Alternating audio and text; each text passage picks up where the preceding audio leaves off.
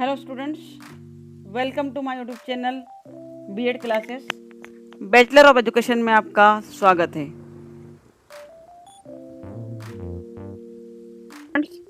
आज हम पढ़ने जा रहे हैं अधिगम अर्थात सीखने की अवधारणा, कॉन्सेप्ट ऑफ लर्निंग। मैं प्रोफेसर सुनीता चौक से आपके सामने स्पष्ट करने जा रही हूँ अधिगम की अवधारणा या कॉन्सेप्ट ऑफ लर्निंग। स्टूडेंट्स, इस पर प्रश्न आता है, हमेशा ही एग्जाम में पूछा जाता है कि अधिगमकर्ता के लिए अधिगम कौशल कौन कौन से होते हैं, या एक अधिगमकर्ता के लिए अधिगम कौशल कितने प्रकार के होते हैं। लर्निंग स्किल्स के बारे में हम बात कर रहे थे, लर्निंग स्किल्स फॉर लर्नर, या इस तरह से भी प्रश्न पूछा जाता है कि अधिगम कौशल को प्रभावित करने वाले कारक कौन कौन से हैं। आइए देखते हैं हम लर्निंग किसे कहते हैं। वैसे तो जनरली आप सभी जानते हैं कि लर्निंग क्या होती है, सीखना क्या होता है, फिर भी समझते हैं। अधिगम सीखना एक क्रिया है जिसकी दो विशेषता है। लर्निंग इज अ प्रोसेस जिसकी दो विशेषता है, कैरेक्टरिस्टिक्स है सार्वभौमिकता और निरंतरता, यूनिवर्सल और कॉन्टिन्यू। अर्थात लर्निंग जो प्रोसेस है वो यूनिवर्सल लेवल पर है और कॉन्टिन्यू है, निरंतर चलती है। यह क्रिया प्रत्येक स्थान और प्रत्येक समय चलती रहती है। इसी कारण मनुष्य जन्म से लेकर मृत्यु तक कुछ ना कुछ सीखता रहता है। इस प्रकार से वह आजीवन सीखता है। सीखने से अनुभव प्राप्त करता है, परिणाम स्वरूप व्यक्ति के व्यवहार में परिवर्तन आता है। एग्जाम में पूछा गया प्रश्न है, नेट में पूछा गया था कि अधिगम की जो क्रिया है उसकी कौन सी विशेषताएं होती है। सार्वभौमिकता, निरंतरता, सीखना, प्रयास, आजीवन सीखना, मृत्यु पर्यंत सीखना, बहुत से ऑब्जेक्टिव दे देता है। जब भी हो सार्वभौमिकता और निरंतरता पर आपको आंसर देना है। अब हम बात कर रहे हैं कि सीखना सार्वभौमिक है, निरंतर है और जन्म से लेकर मृत्यु पर्यंत चलता रहता है। मनुष्य हर अवस्था में कुछ ना कुछ सीखता है, चाहे बाल्यावस्था की बात करें, चाहे वृद्धावस्था की बात करें, चाहे शिशु अवस्था की बात करें। और लर्निंग को कुछ विद्वानों ने दो प्रकार से डिफाइन किया है कि learning formal learning, informal learning, या formal education, informal education. Formal education students वो होता है जो एक निश्चित समय पर, निश्चित स्थान पर, निश्चित उद्देश्य की प्राप्ति के लिए हम करते हैं। फॉर एग्जाम्पल, अगर आप बीएड की डिग्री कर रहे हैं तो एक निश्चित उद्देश्य है आपका कि बीएड की डिग्री प्राप्त करना है। एक निश्चित स्थान है कि जाकिर हुसैन में आप बीएड कर रहे हैं। एक निश्चित गोल है आपका, उसको अचीव करने के लिए करते हैं, और एक निश्चित डिग्री प्राप्त करने के लिए आप करते हैं। ये है हमारा औपचारिक शिक्षा या फॉर्मल एजुकेशन। इसके अलावा अनौपचारिक शिक्षा वह शिक्षा है जो जीवन पर्यंत विभिन्न प्रकार के अनुभवों द्वारा हम सीखते हैं। वो स्कूल के बाहर, पड़ोसी से, मोहल्ले में, समाज में, मित्र के द्वारा, गुरु के द्वारा, या समय समय पर हमको जो चोट पहुंचती है उससे हमारे व्यवहार में हमको सबक मिलता है, हम सीखते हैं, वो सीखना कहलाता है। स्किनर महोदय ने इसे परिभाषित किया है, सीखना व्यवहार में उत्तरोत्तर सामंजस्य की प्रक्रिया है। अब उत्तरोत्तर सामंजस्य की प्रक्रिया, learning is the process further coordination in the behaviour. क्या है? सिर्फ कोऑर्डिनेट करना है आपके बिहेवियर को, अर्थात सामंजस्य की प्रक्रिया है। आप दोस्तों में, समाज में, रिश्तेदारों में, आपके व्यवहार में एक तालमेल, एक सामंजस्य, एक संतुलन, एक बैलेंस बनाने की कोशिश करते हो जब जब आप सीखते हो। और जब नहीं सीखते हो तो आप उत्तेजित होते हो, आप चिड़चिड़े होते हो, आपका व्यवहार रूड होता है। और लेकिन लर्निंग प्रोसेस से होकर गुजरने के बाद आपके व्यवहार में बहुत सारे परिवर्तन आते हैं। हमने ऊपर भी देखा कि आपके व्यवहार में परिवर्तन आता है। कॉल्विन महोदय ने कहा है, according to Colvin, learning is the modification of our readymade original behaviour due to experiences. अर्थात हमारे पहले के निर्मित व्यवहार में अनुभव द्वारा परिवर्तन को ही अधिगम कहते हैं। पहले से निर्मित व्यवहार में, अर्थात पहले से आपका व्यवहार है कि आप चिड़चिड़े हो, आप गुस्सा बहुत करते हो, आपको बहुत तेज गुस्सा आता है, ये आपका एक रेडीमेड ओरिजिनल बिहेवियर है जो आपको परिवार से या वातावरण से मिला है। परंतु जब आप स्कूल में जाते हो, कॉलेज में जाते हो, विद्यालय में जाते हो, किसी गुरु के संपर्क में जाते हो, तो आपके बिहेवियर में एक मॉडिफिकेशन आता है। आप सीखते हो कि नहीं, चिड़चिड़ापन या चिड़चिड़े स्वभाव के कारण मुझे हानि हो सकती है या मेरी प्रोग्रेस थम सकती है, मुझे मिलना पड़ेगा, घुलना मिलना पड़ेगा, रिश्ते बनाने पड़ेंगे, लोगों के बीच जाना पड़ेगा, तो ही मैं सक्सेस हो सकता हूँ। ये मॉडिफिकेशन आपने कैसे किया? सीख कर किया, कक्षा के दौरान किया। इसे हम कहते हैं सीखना।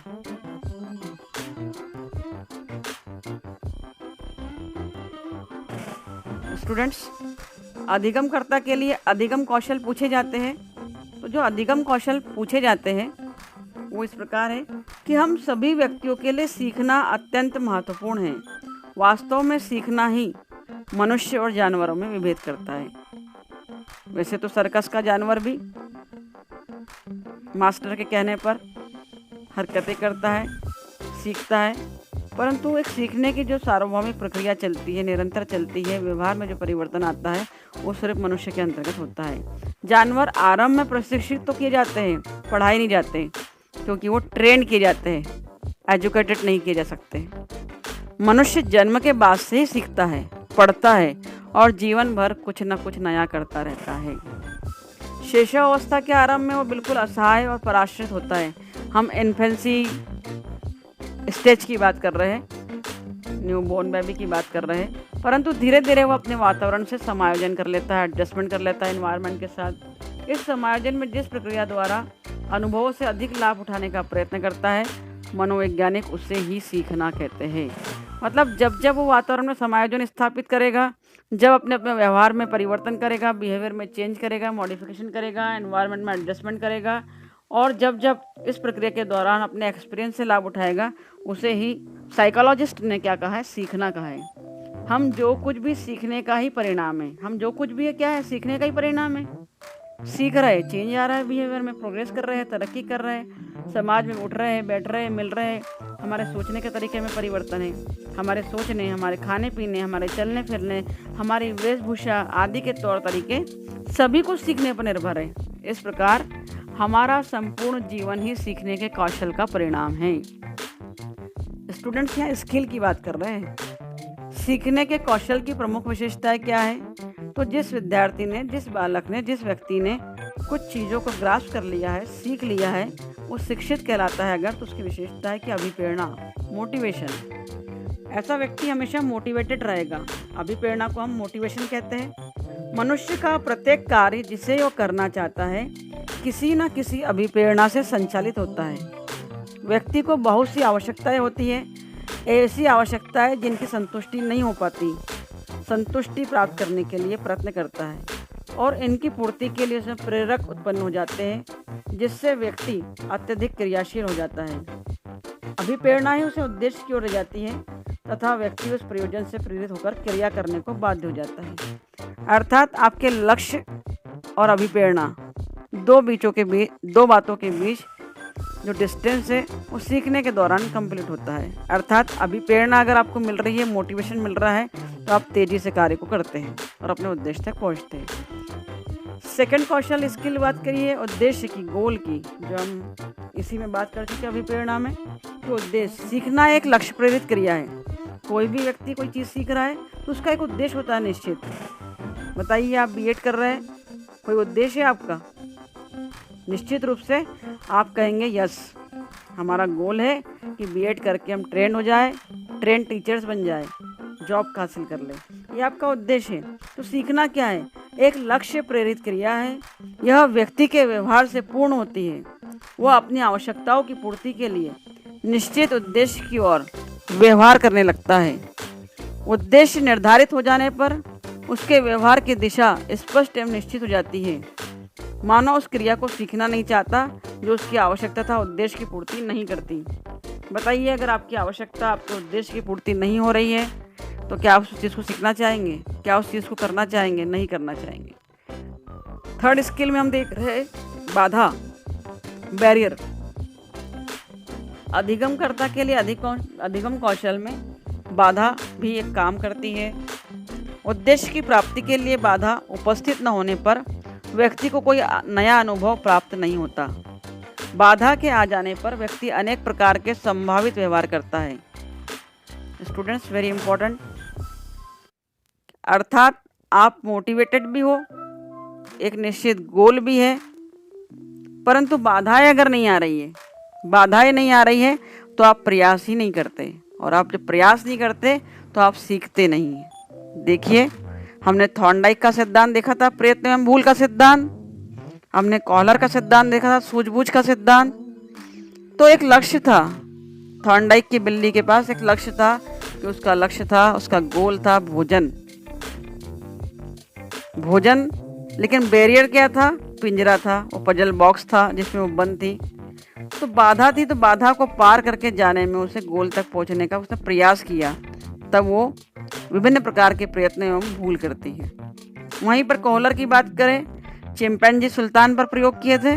तो चिंपैंजी का गोल था बनाना, बंच ऑफ बनाना, जिसे प्राप्त करने के लिए उसने बॉक्स प्रॉब्लम और स्टिक प्रॉब्लम को सूझबूझ द्वारा हल किया।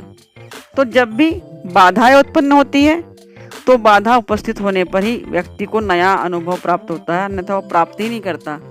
अगर आप टेस्ट में फेल नहीं हो रहे हैं, आपको थ्योरी समझ में नहीं आ रही है, आपको बाधा नहीं आ रही, तो प्रयास ही नहीं करोगे और सक्सेस अच्छे से नहीं हो पाओगे। क्योंकि जितनी बार आप प्रयत्न करते हो उतनी बार भूलें होती है, और जितनी बार भूलें होती है उतनी बार आप भूलों को सुधारते हैं और उन बैरियर्स को हटाते जाते हैं अपने रास्ते से, और आपको अपने ऊपर एक सेल्फ कॉन्फिडेंस आपका डेवलप होता है, जो आपको अचीवमेंट की ओर ले जाता है। अगला पॉइंट है विभिन्न संभावित अनुक्रियाएं, वेरियस एक्सप्लोरेटरी रिस्पॉन्स। संभावित क्रियाओं की बात कर रहे हैं हम। बाधा उत्पन्न होने पर मानव समस्त परिस्थिति की खोज करता है, वह अनेक संभावित क्रिया में प्रतिक्रिया करता है। संभावित से तात्पर्य यहाँ जितनी भी पॉसिबल होती है, जितनी भी अनुक्रियाएं या रिस्पॉन्स वो दे सकता है उतना करता है वो, जिसमें हम बात कर रहे हैं। इन सभी के लिए वह तर्क वितर्क, सूझ, प्रयत्न तथा भूल आदि का सहारा लेता है। जितनी भी संभावित क्रियाएं होती है, चाहे वो सूझबूझ का प्रयोग करना हो, चाहे बाधाओं को हटाना हो, चाहे वो पजल बॉक्स का दरवाज़ा खोलना हो, चटकनी खोलनी हो, वो सारे संभावित अनुक्रियाएं करता है अपने लक्ष्य को पहुंचने के लिए। फिफ्थ, पुनर्बलन की हम बात कर रहे हैं। पुनर्बलन, रीइंफोर्समेंट, आप बहुत अच्छे से समझ चुके हैं थॉर्नडाइक थ्योरी में रीइंफोर्समेंट क्या है। यदि कोई अनुक्रिया आवश्यकता की पूर्ति में सफलता प्रदान करती है तो वह अनुक्रिया संतोषजनक एवं सुखदायी होती है, साथ ही वह अनुक्रिया पुनर्बलित हो जाती है। अन्य सभी असफल अनुक्रियाओं को व्यक्ति भुला देता है तथा भविष्य में आवश्यकता पड़ने पर सफल क्रिया की पुनरावृत्ति करता है ना। जब रीइंफोर्समेंट आपको मिलता है तो आप पुनरावृत्ति करते हैं और पुनः पुनः प्रयास में जुट जाते हैं और सफलता की ओर अग्रसर होते हैं। संगठन की बात करते हैं, इंटीग्रेशन की, द लास्ट पॉइंट स्किल्स में। सीखना उचित एवं सफल अनुक्रियाओं का चुनाव एवं संगठन है। सीखना क्या है? संगठन है। सफल अनुक्रियाओं का चुनाव एवं संगठन है। जितनी भी खास और सफल चीज़ें हैं, अच्छी बातें हैं, हम भूलों को छोड़ते जाते हैं, त्रुटियों को छोड़ते जाते हैं और सफल प्रयासों को इकट्ठा कर लेते हैं और लक्ष्य तक पहुंचते हैं। यही संगठन है। प्रत्येक प्रकार के सीखने की क्रिया में प्रगति के साथ ही मानसिक संगठन भी होता है। अधिगम की क्रिया के विभिन्न अंगों का संगठन नवीन ज्ञान को पूर्व ज्ञान से जोड़ने के लिए किया जाता है। इसमें नवीन अनुक्रिया उसके ज्ञान का एक अंग बन जाती है। तो जो सीखने की क्रिया है उसमें विभिन्न प्रकार के अनुभव संगठन के रूप में होते हैं, जिसे हम पूर्व ज्ञान के रूप में प्रयोग करते हैं। आगे हम देखते हैं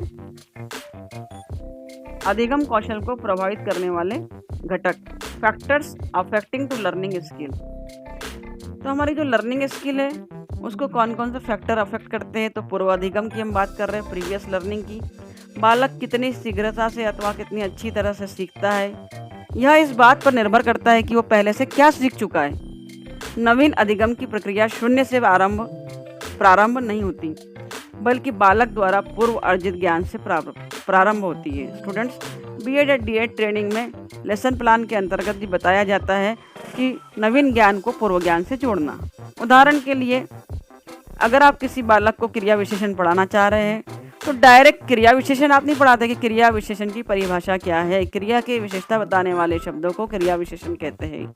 आप उसके पूर्व ज्ञान पर जाते हैं कि क्या क्रिया किसे कहते हैं। खाना, पीना, दौड़ना, हंसना, बोलना, बच्चा बताता कि क्रिया इसे कहते हैं। फिर आप पूछते हैं कि विशेषण किसे कहते हैं। संज्ञा शब्दों की विशेषता बताने वाले शब्दों को विशेषण कहते हैं। इस प्रकार फिर आप उसको समझाते हैं, उसके पूर्व ज्ञान को जांचते हैं कि वो क्रिया को जानता है, उस सर्वनाम को जानता है, वो विशेषण को जानता है।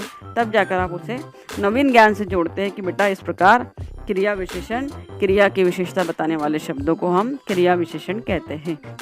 पूर्व ज्ञान को नवीन ज्ञान से जोड़ना, कि बालक के मस्तिष्क में पहले से ही ज्ञान की रचना संरचना है, उसे आप डेवलप करते हैं।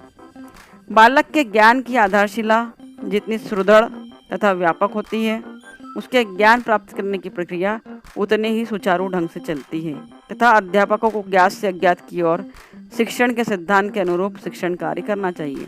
अध्यापकों को ज्ञात से अज्ञात की ओर शिक्षण फार्मूला अपनाना चाहिए, अर्थात नोन टू अननोन, ज्ञात से अज्ञात।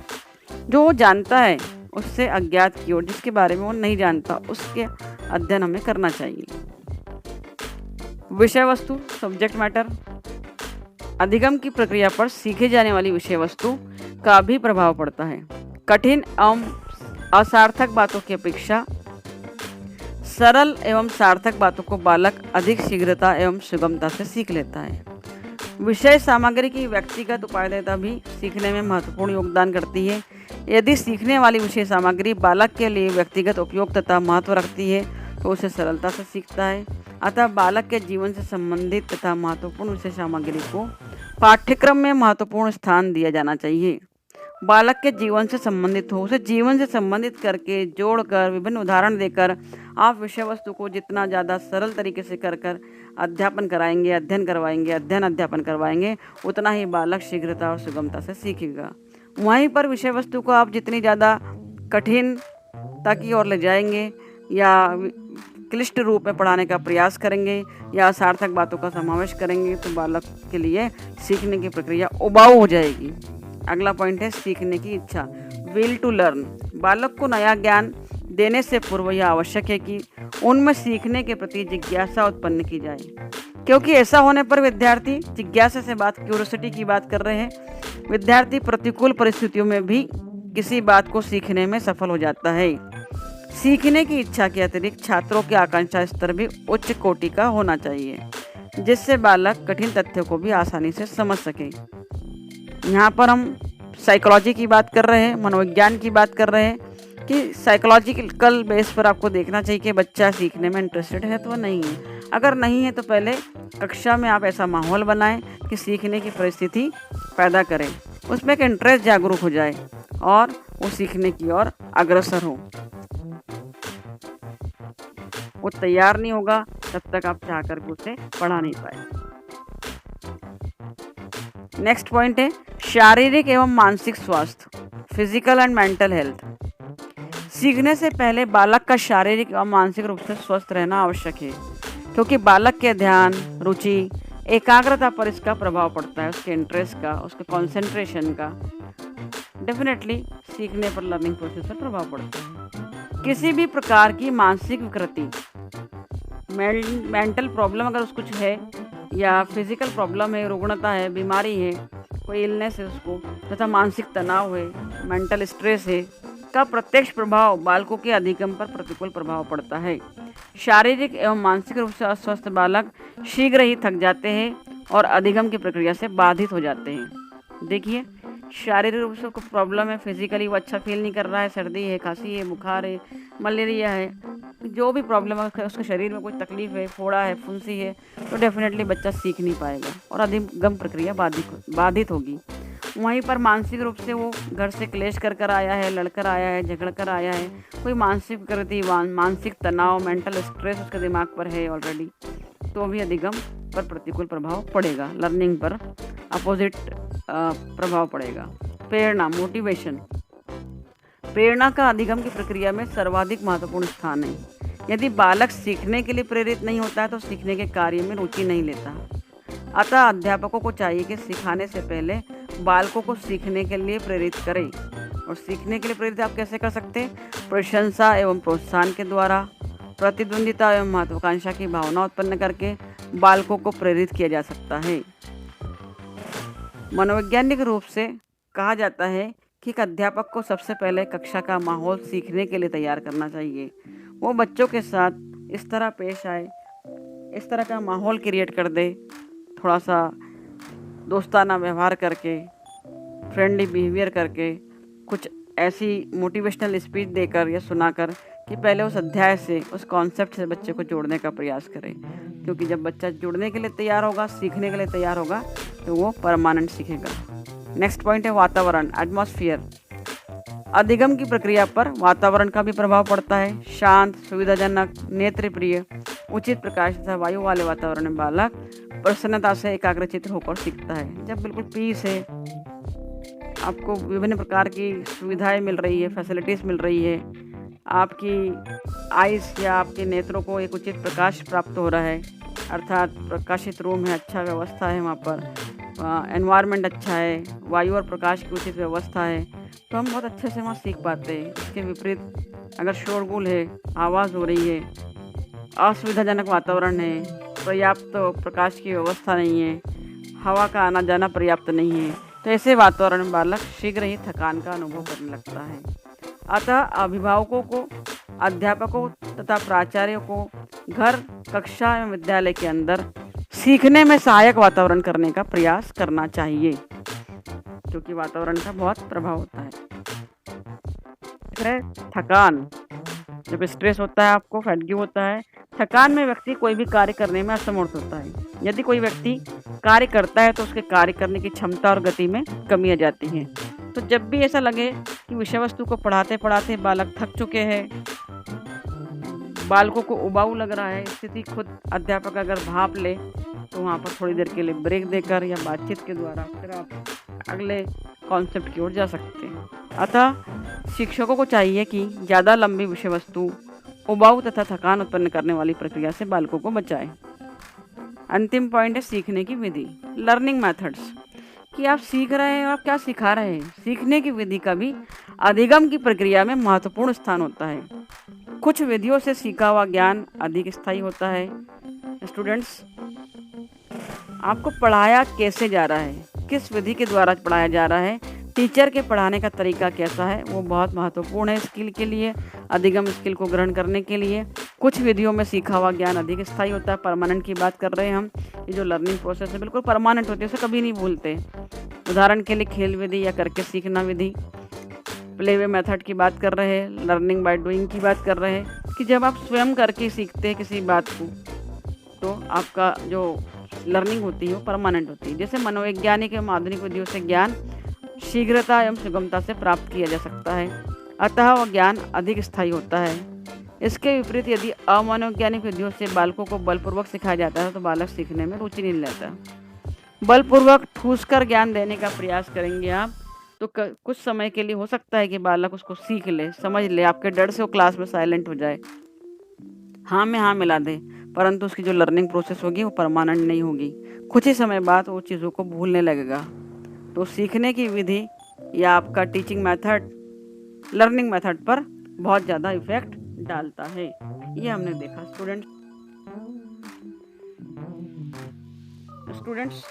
इस पर विभिन्न प्रकार के प्रश्न भी पूछे जाते हैं। कभी कभी एग्जाम में जो प्रश्न बनते हैं उसको हम देख लेते हैं एक बार, कि अधिगमकर्ता की पहचान को निर्धारित करने वाला प्रमुख तत्व कौन सा है।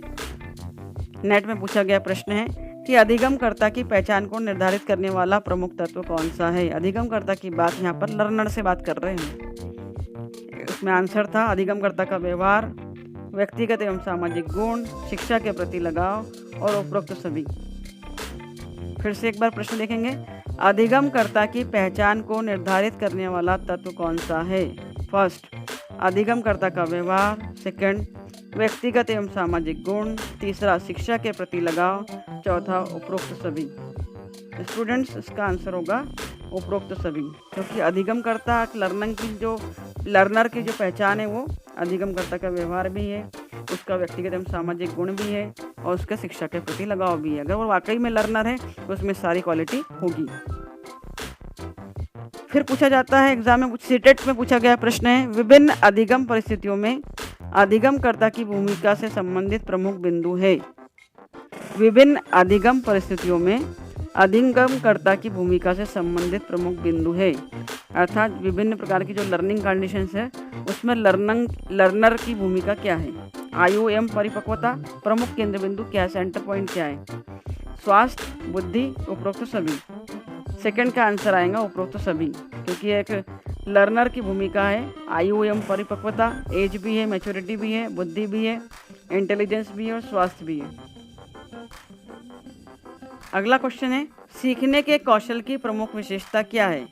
अभिप्रेरणा पहला, दूसरा पुनर्बलन, तीसरा अ और ब दोनों, और चौथा दोनों में से कोई नहीं। बताइए स्टूडेंट्स, सीखने के कौशल की प्रमुख विशेषता क्या है? क्या अभिप्रेरणा है, क्या पुनर्बलन है, क्या दोनों है, या दोनों में से कोई नहीं? आंसर आएगा अ एवं ब दोनों। अभिप्रेरणा और पुनर्बलन दोनों ही सीखने के कौशल की विशेषता है। स्टूडेंट्स, अगर अधिगमकर्ता के कौशल समझ में आए हो, स्किल समझ में आए हो, लर्नर स्किल समझ में आई हो, तो वीडियो को लाइक करें, कमेंट करें और हाँ, सब्सक्राइब ज़रूर करें। Thank you very much.